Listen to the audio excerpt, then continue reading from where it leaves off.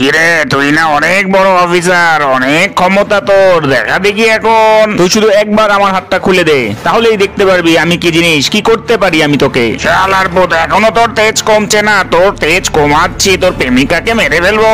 না না রাজা, তুই পূর্ণিমাকে মারিস না, মারিস না পূর্ণিমা, মারিস না। তুই আমার পূর্ণিমাকে মেরে ফেললি। শালার পুত অজ্ঞান হয়ে গেছে, যা ওর প্রেমিকার লাশ আর ওকে জঙ্গলে ফেলে দিয়ে আয়।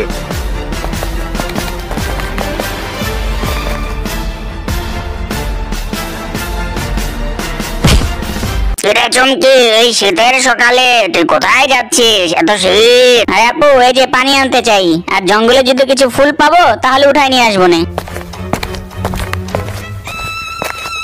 আরে স্যার, আমার বস লাল্লুকে এখানে যেন উঠিয়ে নিয়ে গেছে, কয়দিন ধরে ওনার খোঁজ নাই। ওই যে শিল্পপতি লাল্লু, আরে বাবা রে, ওনাকে নিয়ে গেছে। আচ্ছা, আমি দেখছি নিশ্চয়ই কোনো সন্ত্রাসীর কাজ হবে। কিরে, তোরা ঠিক মতো লাশগুলোকে গুম করেছিলি তো নাকি? জি স্যার, ঠিক মতো ফেলে এসেছি, কোনো চিন্তা করেন না, ওখানে কোনো লোকজন যায় না। শোন, তোরা কিছুদিনের জন্য আত্মগোপন কর, আমিও লুকিয়ে থাকি। হ্যাঁ, ওখানে দূরে একটা লোককে দেখা যাচ্ছে না? হ্যাঁ তাই তো, এ তো এখনো জীবিত আছে। যাই, বাসায় নিয়ে যাই।